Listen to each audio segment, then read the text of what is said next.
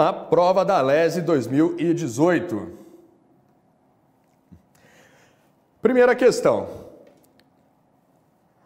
Questão sobre agentes públicos. Vamos lá. Em conformidade com a disciplina constitucional atinente aos órgãos, entidades e servidores da administração pública, letra A, vamos lá, analisar cada uma das alternativas. É vedado a todo servidor público civil o direito à livre associação sindical. Errado isso daqui, né, pessoal? Não é vedado, é permitido. A Constituição, ela dá esse direito, o direito à livre associação sindical a todo servidor público civil, tá bom? Lembrando que a associação sindical, ela é vedada aos servidores militares, beleza? Mas aos servidores públicos civis, ela é permitida. Então, letra A está errada. Letra B. O prazo de validade do concurso público será de até 1 ano, prorrogável uma vez por igual período. Questão também errada. Tranquilo essa aqui. A Constituição nos diz lá no seu artigo 37 que o prazo de validade de um concurso público ele será de até 2 anos, tá ok? E não 1 ano. Prorrogável uma vez por igual período. Então, a definição do prazo de um concurso público é uma escolha, uma decisão discricionária da administração pública. A autoridade competente para realizar, conduzir aquele concurso público, ela deve observar tão somente o limite previsto na Constituição, que é de até 2 anos. Então, o prazo original de um concurso público ele pode ser de 6 meses, pode ser de 1 ano, pode ser de 1 ano e meio, no máximo 2 anos. Esse é o prazo original, até 2 anos. E aí, findo esse prazo original, a autoridade competente ela pode prorrogar este prazo. Também é uma decisão discricionária. Prorrogar ou não o prazo do concurso público é uma escolha, uma decisão discricionária da administração. E se a autoridade decidir prorrogar o prazo original do concurso, ela pode fazer apenas uma vez e por igual período, ou seja, pelo mesmo período da validade original do concurso. Então, se o concurso originalmente teve a validade de 1 ano, caso a autoridade competente deseje prorrogá-lo, ela poderá fazê-lo apenas uma vez por mais 1 ano, por igual período. Ela não pode prorrogar por um prazo menor. Não pode prorrogar um concurso, por exemplo, que teve uma validade original de 1 ano, por mais 6 meses. Não pode, porque a Constituição diz que a prorrogação tem que ser por igual período. Então, se o concurso original teve o prazo limite de 2 anos, se a autoridade decidir prorrogá-lo, a prorrogação tem que ser por mais 2 anos, beleza? Então, guardem bem isso daí. O prazo do concurso é de até 2 anos e prorrogável uma vez por igual período, ok? Vamos lá, então. Então, a letra B está errada. Letra C. Os cargos, empregos e funções públicas são acessíveis apenas aos brasileiros que preencham os requisitos estabelecidos em lei, sendo vedada, em qualquer hipótese, a contratação de estrangeiros. Errado isso daqui. A Constituição diz que, de fato, os cargos, empregos e funções públicas são acessíveis a todos os brasileiros que preencham os requisitos estabelecidos em lei. Então, a norma constitucional que permite o acesso dos brasileiros aos cargos, empregos e funções públicas é chamada aí uma norma de eficácia contida, porque ela já tem uma eficácia imediata, porém a lei ela pode restringir o acesso dos brasileiros, né? A lei ela pode impor requisitos, condições para que os brasileiros possam acessar os cargos, empregos e funções. Se a lei ela não impor nenhuma restrição, o acesso àquele cargo, àquele emprego público vai ser amplo. Todos os brasileiros podem acessar aquele cargo. Então é por isso que nós temos aí algumas leis que colocam algumas condições, alguns requisitos para o acesso dos brasileiros. Por exemplo, impõe limite de idade, idade mínima, idade máxima, impõe limite de altura, impõe a necessidade de uma graduação em uma determinada área. Então, essas restrições, elas estão perfeitamente condizentes aí com a Constituição. A Constituição, ela permite que a lei, ela restrinja, ela coloque condições para que os brasileiros eles tenham acesso aos cargos, empregos e funções. Agora o detalhe, né? A regra é que os brasileiros eles têm amplo acesso aos cargos, empregos e funções. Qualquer restrição ao acesso dos brasileiros aos cargos, empregos e funções públicas só pode ser feita através de lei. Guarde isso daí, porque isso cai muito na prova. Qualquer restrição ao acesso dos brasileiros aos cargos, empregos e funções públicas só pode ser feita através de lei. Uma restrição, ela não pode estar prevista apenas no edital do concurso. Então, se você for prestar um concurso e lá no edital estiver previsto que aquele cargo ele só vai poder ser preenchido, por exemplo, por bacharéis em direito, ou seja, uma restrição, está limitando as pessoas que podem concorrer àquele cargo, essa restrição ela não pode estar prevista apenas no edital do concurso. O edital do concurso ele deve tão somente estar reproduzindo uma restrição que está previamente prevista em uma lei. Então é a lei que prevê aquela restrição. A lei que trata daquele cargo público é que vai dizer, ó, esse cargo público aqui, ele só é acessível aos bacharéis em direito, a quem possua graduação de nível superior em direito. Aí uma vez a lei estabelecendo essa restrição, o edital pode reproduzir, tá bom? Então, primeiro, o que vocês devem lembrar, né? Resumindo, o acesso dos brasileiros aos cargos, empregos e funções públicas, ele é amplo, porém, ele pode ser limitado, pode ser restringido através de lei. Qualquer restrição só pode estar estabelecida em lei e não apenas no edital do concurso, beleza? E outro detalhe é que a lei, como eu disse, ela pode estabelecer restrições ao acesso dos brasileiros aos cargos, empregos e funções. Porém, essa lei, ela deve observar os princípios da razoabilidade e da proporcionalidade, ou seja, essas restrições, elas não podem ser arbitrárias. Essas restrições, elas têm que guardar correlação com as atribuições daquele cargo. Tem que ser restrições, condições que têm a ver com as atribuições, com as competências daquele cargo. Por exemplo, imagine aí um cargo que vai trabalhar, que vai exercer atribuições na área jurídica. Opa, aí sim seria razoável restringir o acesso àquele cargo apenas a bacharéis em direito, porque quem for exercer aquele cargo tem que ter conhecimentos específicos na área do direito. Agora imagine um cargo que vai exercer atribuições na área de contabilidade, um cargo de contador. Aí não seria razoável a lei exigir para acesso a esse cargo o bacharelado em direito, porque não tem nada a ver com as atribuições desse cargo.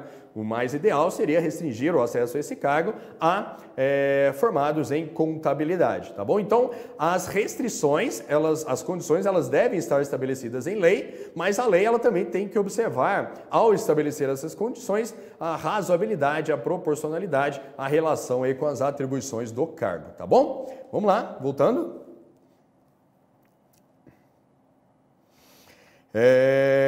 Então, mas esse não é o erro. Eu falei bastante aqui dos brasileiros, mas olha só, o erro aqui, ó, é que a questão está falando que é vedada em qualquer hipótese a contratação de estrangeiros. Errado isso aqui. A Constituição, ela permite também a contratação de estrangeiros. A Constituição permite que os estrangeiros acessem cargos, empregos e funções. Só que a Constituição diz que o acesso dos estrangeiros a cargos, empregos e funções públicas será na forma da lei, ou seja, uma norma de eficácia limitada, para que os estrangeiros eles tenham o direito de exercer o seu direito de acessar cargos, empregos e funções, tem que existir uma lei regulamentando como que esse acesso irá ser feito. Em quais cargos, por exemplo, eles poderão acessar, tá bom? Então não é uma norma constitucional que tem uma eficácia imediata. Para que esse direito dos estrangeiros ele seja efetivado, é necessário a edição de uma lei. Na verdade, não é uma lei única. Cada ente da federação deve editar uma lei. Na esfera federal, por exemplo, nós temos lá a Lei 8.112, que em um de seus dispositivos, ela permite que os estrangeiros sejam admitidos nas universidades públicas, como professores, como pesquisadores. Então, é uma lei que está regulamentando o acesso dos estrangeiros a um determinado cargo, ok? Então, guardem bem, os estrangeiros, eles podem sim prestar concurso, podem sim ocupar cargos públicos, empregos públicos efetivos na administração pública. Porém, para que eles possam exercer esse direito, tem que existir uma lei. Tá bom? É diferente dos brasileiros. Os brasileiros, a princípio, eles têm amplo acesso, não precisa de lei nenhuma. Se não tiver nenhuma lei editada, qualquer brasileiro pode acessar um cargo ou emprego público efetivo, desde que passe no concurso. A lei, no caso dos brasileiros, ela vai servir para restringir este acesso, para impor condições ao acesso a determinados cargos. Se a lei não falar nada, aquele cargo ele é acessível a qualquer brasileiro. Tá bom? Por outro lado, os estrangeiros, eles também podem acessar cargos, empregos e funções públicas. Porém, para tanto, tem que existir uma lei. Se a lei não for editada, enquanto ela não for editada, os estrangeiros, eles não podem acessar aquele determinado cargo. Tá bom? Então, aqui a letra C está errada, porque não é em qualquer hipótese, tá?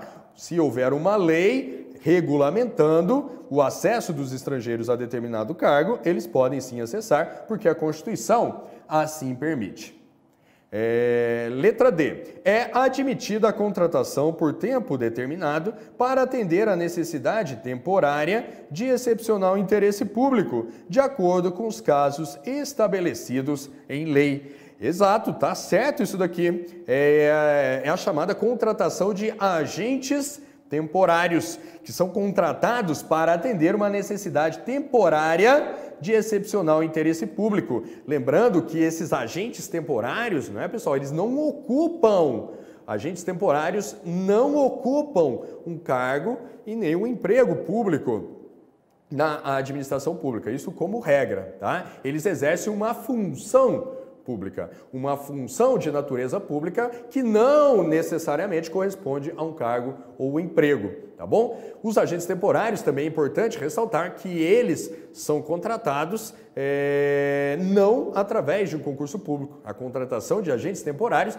é uma exceção à regra do concurso público. A contratação desses agentes deve ser feita de maneira objetiva, de maneira impessoal, mas não necessita da realização de um concurso público. Geralmente, eles são contratados através de um processo seletivo simplificado. Okay? Um processo seletivo simplificado não é um concurso público. Não precisa, por exemplo, observar lá aquele prazo de validade de até 2 anos, prorrogável uma vez por igual período, tá bom?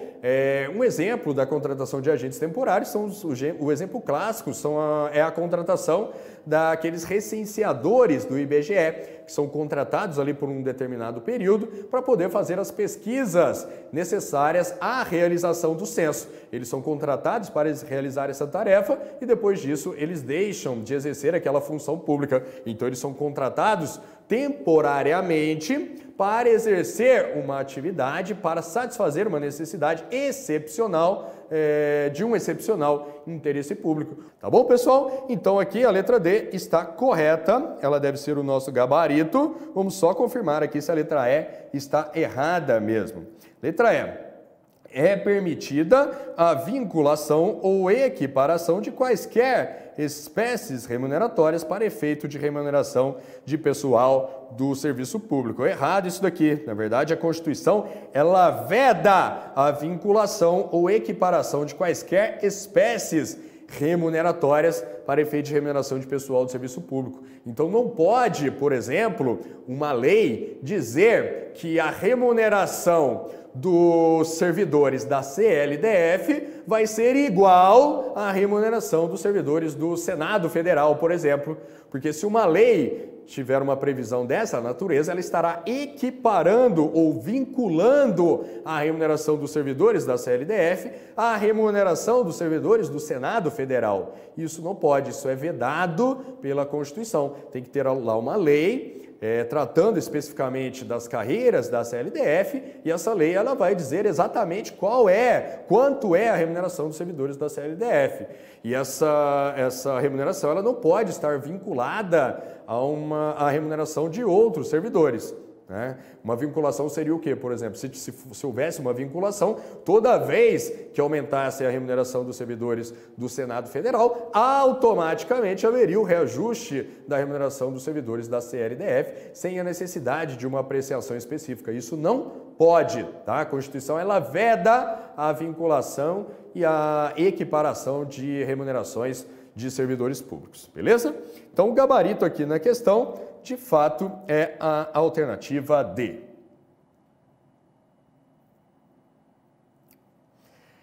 Mais uma questão aí da prova da Assembleia Legislativa do Sergipe, organizada pela FCC em 2018. Questão sobre pregão. A empresa X pretende participar de licitação na modalidade pregão a ser promovida pelo Estado de Sergipe. Iniciado o certame licitatório, o prazo fixado para apresentação das propostas, contado a partir da publicação do aviso, foi de 9 dias úteis. No entanto, a empresa X opôs-se ao referido prazo, alegando que o mesmo contraria a disposição da Lei 10.520 de 2002, que é a Lei do Pregão.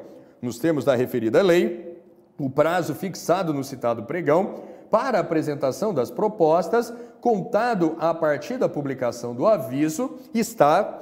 Pessoal, para responder essa questão, vamos ver o que a Lei 10.520 de 2002 nos diz sobre o prazo para a abertura ou para a realização do certame a partir da publicação do aviso. Olha só, está lá no artigo 4º, inciso 5 da lei, que diz o seguinte: o prazo fixado para apresentação das propostas, contado a partir da publicação do aviso, não será inferior a 8 dias úteis. Então, nós podemos concluir, a partir da leitura da lei, que o prazo de 8 dias úteis é o prazo mínimo, não é isso? Ó, a lei diz que esse prazo não será inferior a 8 dias úteis. Então, 8 dias úteis é o prazo mínimo. Pode ser maior? Pode, né? A lei ela diz que ele não pode ser menor do que 8 dias úteis. Aqui na questão, qual foi o prazo que foi dado? Foi de 9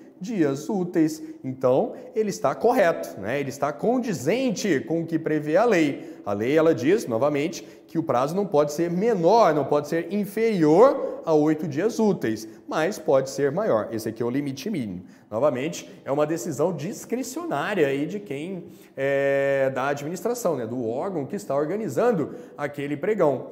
Dependendo da publicidade que ele queira dar àquele pregão, a um determinado pregão específico, ele pode aumentar esse prazo mínimo que está previsto na lei, beleza? Pode botar 9, 10, 15 dias úteis, só não pode colocar 7, 5, 6, porque aí vai ser inferior ao limite mínimo previsto na lei, tá bom? Então o prazo aqui de 9 dias úteis, ele está correto, porque ele é maior do que o limite mínimo de 8 dias úteis previsto na lei. A lei diz que o prazo não pode ser inferior a 8, tá bom? Na prova da LESE, pessoal, caíram muitas questões aí sobre licitações, né? Então, já é uma orientação aí para vocês que estão estudando para a CLDF, né? A FCC, ela cobrou bastante licitações. Pode ser que isso se repita na prova da CLDF. É óbvio que aí vocês vão ver as leis dentro do tema licitações que vão estar previstas no edital da CLDF. Geralmente, no mínimo, a Lei 8.666. Agora, a Lei do Pregão, Lei do RDC, Registro de Preços, aí tem que ver o que vai sair no edital, tá? Mas aqui é importante vocês saberem que a FCC ela tem cobrado bastante o tema licitações. E, fatalmente, o tema licitações vai estar aí no conteúdo programático da CLDF, ok? Aí, quando sair o edital, vocês vão ver lá especificamente quais leis estão sendo cobradas dentro do tema licitações. Mas, independentemente da lei, vocês já percebem que a FCC ela cobrou bastante licitações na prova da LESE e pode ser que isso aconteça também aí na prova da CLDF, tá? Então, é um tópico para vocês terem bastante atenção aí durante os seus estudos, tá bom? Vamos lá, prosseguindo. Próxima questão, uma questão aí sobre improbidade. O Ministério Público de determinado estado ingressou com ação de improbidade administrativa contra agente público, requerendo, dentre outros pedidos, o ressarcimento de dano por ter havido lesão ao patrimônio público. Em sua defesa, sustentou o citado agente que sua conduta foi omissiva e culposa, pleiteando assim improcedência da demanda, nos termos da Lei de Improbidade Administrativa. E aí, pessoal, olha só, o agente, para se defender da ação de improbidade que foi proposta contra ele apresentou aqui dois argumentos. Primeiro, ele disse que a sua conduta foi omissiva, ou seja, ele praticou uma irregularidade, mas não por uma ação, não por um ato deliberado dele, e sim por uma omissão. E aí, pessoal, isso é capaz de livrar esse agente de uma condenação por improbidade administrativa? Não, tá bom? O ato de improbidade administrativa, ele se caracteriza tanto mediante condutas comissivas, ou seja, através de atos, o agente ele praticou uma determinada conduta, ou através de uma omissão, tá? Condutas omissivas. Tanto uma como outra é capaz de configurar um ato de improbidade administrativa, tá? Então, tanto faz, por exemplo, um agente ele cobrar, por exemplo, uma propina, né, de uma empreiteira, aceitar uma propina de uma empreiteira para facilitar um determinado contrato para aquela empresa, né? Então ele está praticando um ato realmente, ele cobrou a propina, ele foi lá deliberadamente e cobrou aquela propina, ou ele pode se omitir, né? Ele está ali, é responsável por fiscalizar uma licitação, ele está vendo tudo acontecer e não faz nada. Tanto em uma como na outra hipótese, ele pode ser condenado por improbidade administrativa, tá bom? Então, esse primeiro argumento é que ele não é capaz de afastar a condenação do agente. O segundo argumento, ele diz que a conduta dele foi culposa, ou seja, ele não teve a intenção de praticar aquele ato de improbidade, né?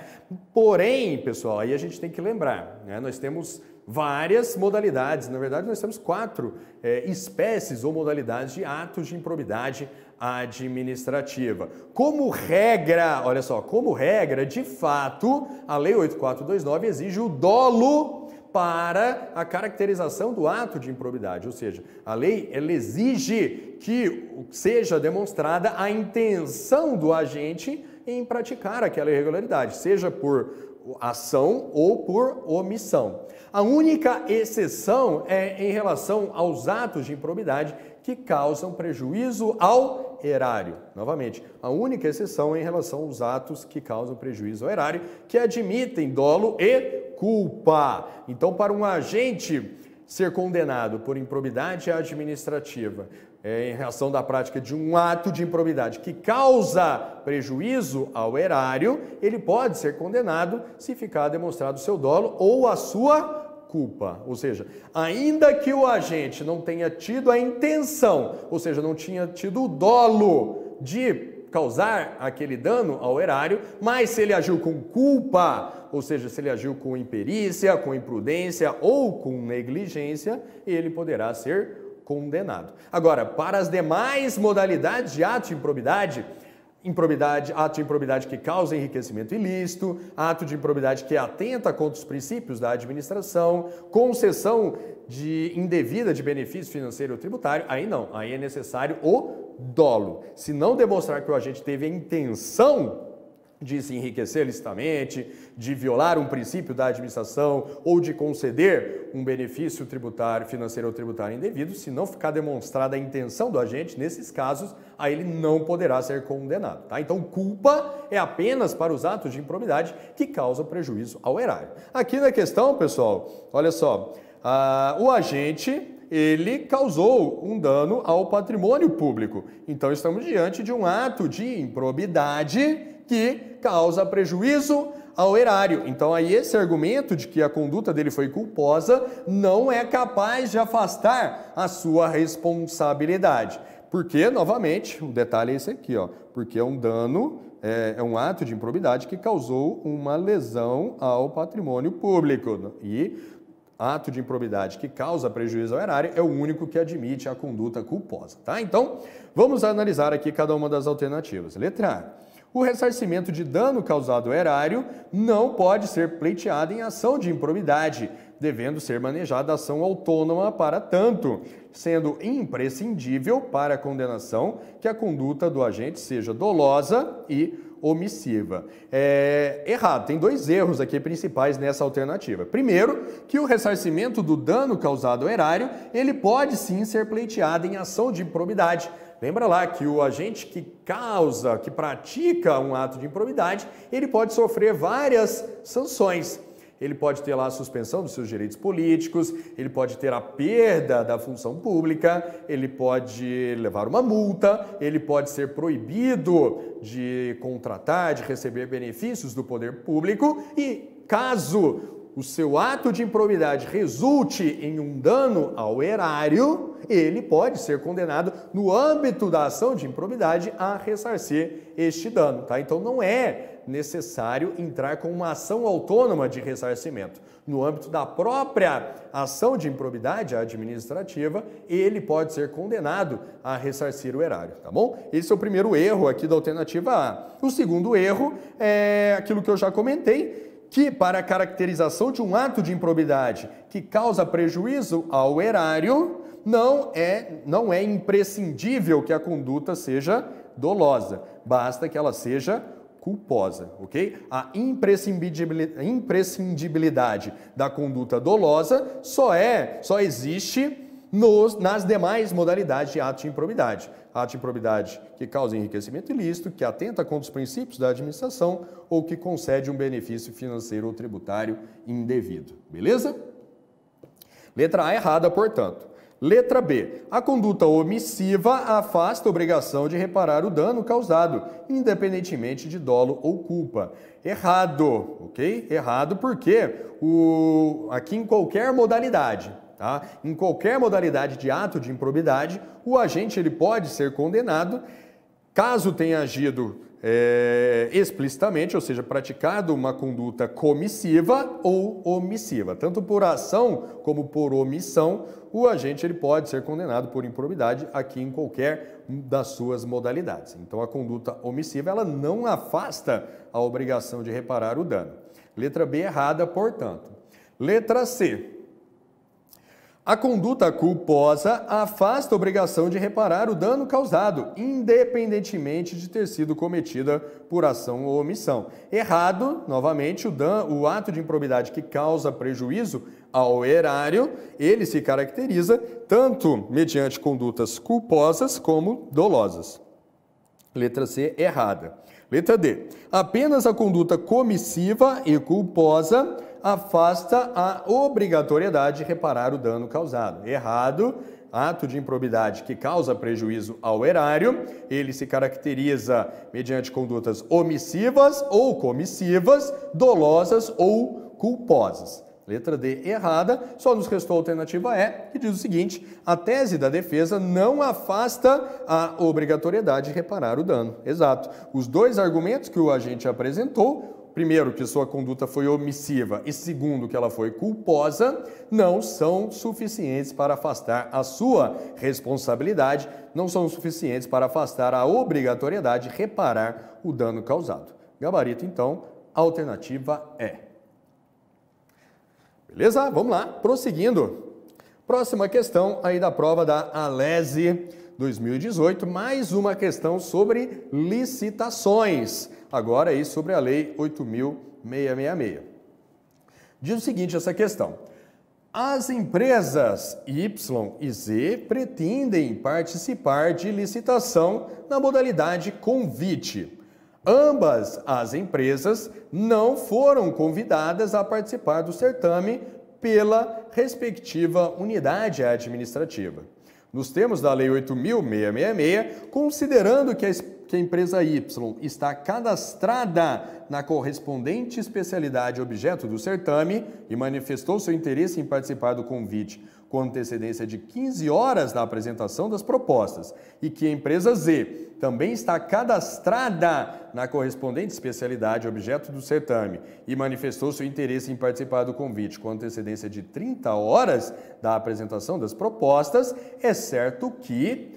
Olha só, pessoal, então vamos ver aqui, ó. Estamos tratando de uma modalidade, uma licitação na modalidade convite. Convite é aquela modalidade na qual a administração, ela efetivamente envia um convite para empresas do ramo do objeto da licitação que ela está promovendo. Por exemplo, um determinado órgão da administração vai adquirir material de expediente. Então, ele vai fazer essa licitação na modalidade convite, ele pode enviar o convite a 3 empresas do ramo, ou seja, empresas que fornecem material do expediente. E esse convite que a administração envia, a lei, ela exige que ele seja direcionado a empresas do ramo, não necessariamente empresas que estejam cadastradas na administração, tá? Então, a administração, ela pode enviar o seu convite a qualquer empresa do ramo pertinente ao objeto da licitação, empresas cadastradas ou não, desde que seja enviado a no mínimo 3 empresas, ok? Aí, o convite ele vai ser realizado com essas empresas que foram convidadas, mas outras empresas que eventualmente não foram convidadas e que também sejam do ramo do objeto da licitação e que queiram participar daquela licitação, elas também podem, desde que cumpram determinados requisitos previstos ali na Lei 8.666. Tá? Quais são esses requisitos? Primeiro requisito é que as empresas que não foram convidadas e que sejam do ramo daquela licitação e que queiram participar daquele convite, elas têm que ser cadastradas na administração, tá? Então, uma empresa não cadastrada e que não foi convidada, ela não pode participar do convite, tá? Agora, uma empresa cadastrada e que não foi convidada, ela pode sim participar do convite, desde que aí ela cumpra o segundo requisito, que é apresentar o seu interesse, manifestar o seu interesse em participar daquele convite no prazo de até 24 horas da abertura das propostas. Tá? Então, resumindo, uma empresa que não foi convidada a participar do convite, ela pode participar desde que seja cadastrada e apresente, manifeste o seu interesse com 24 horas de antecedência em relação à abertura das propostas, tá bom? Então, cuidado aí para não confundir. O convite que a administração envia, né, deliberadamente, por iniciativa da administração, e esse convite que deve ser direcionado a no mínimo 3 empresas, a administração pode enviar esse convite a qualquer empresa do ramo pertinente ao objeto da licitação, empresas cadastradas ou não. Tá? Agora, uma empresa que não foi convidada naquele convite, ela também pode participar, desde que seja cadastrada e apresente, manifeste seu interesse com 24 horas de antecedência, beleza? Olha só, isso aqui está no artigo 22, parágrafo 3º da Lei 8.666. Olha só, convite é a modalidade de licitação entre interessados do ramo pertinente ao seu objeto, cadastrados ou não. Olha aqui, a administração ela pode enviar o convite a qualquer empresa que seja do ramo pertinente ao objeto da licitação. O que quer dizer isso? Ela pode, por exemplo, estar fazendo uma licitação para material de expediente, ela pode enviar aquele convite a 3 empresas cadastradas ou não que vendam materiais de expediente. Está fazendo lá uma licitação para comprar gêneros alimentícios, um convite, pode enviar esse convite para 3, qualquer empresa cadastrada ou não, que venda gênero alimentício, né? Então tem que ser do ramo pertinente ao objeto. Escolhidos e convidados em no mínimo de 3 pela unidade administrativa. Ó. Então a administração ela escolhe e convida no mínimo 3, cadastrado ou não que seja do ramo pertinente ao seu objeto, beleza? E aí depois que ela envia o convite, o que ela faz? Ela afixa aquele convite em um local apropriado, por exemplo, lá no mural do órgão, estendendo aquele convite aos demais cadastrados. Olha só, os demais cadastrados, ou seja, aqueles cadastrados que não foram convidados na correspondente especialidade que manifestarem seu interesse com antecedência de até 24 horas da apresentação das propostas. Tá? É isso que está dizendo a lei.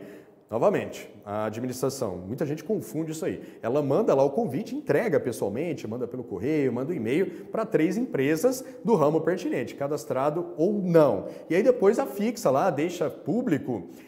Não precisa publicar no jornal e nada, mas tem que afixar lá no órgão, no mural, estendendo aquele convite para as demais empresas cadastradas que manifestem seu interesse em até 24 horas da abertura das propostas, beleza? Então, olha só, aqui na questão, nós temos 2 empresas que não foram convidadas. 2 empresas que não foram convidadas, as empresas X, Y e Z. E ambas estão cadastradas. Olha aqui, ó, a empresa Y está cadastrada, está dizendo aqui no enunciado, e a empresa Z, o enunciado também diz que ela está cadastrada. Então, ambas as empresas, ainda que não foram convidadas, apesar de não terem sido convidadas para esse certame, elas podem sim participar deste convite, desde que manifestem o seu interesse com antecedência de no mínimo 24 horas. Olha só, a empresa Y apresentou com 15 horas o seu interesse, 15 horas de antecedência. Opa,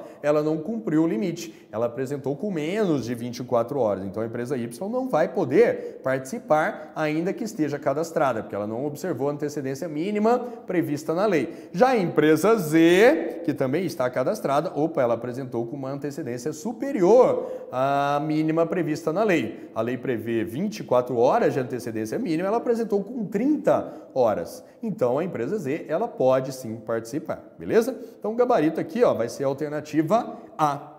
Apenas a empresa Z poderá participar da licitação. A empresa Y não poderá participar, tendo em vista o prazo em que manifestou o seu interesse, beleza? Que foi inferior ao limite mínimo previsto na lei. Tá bom?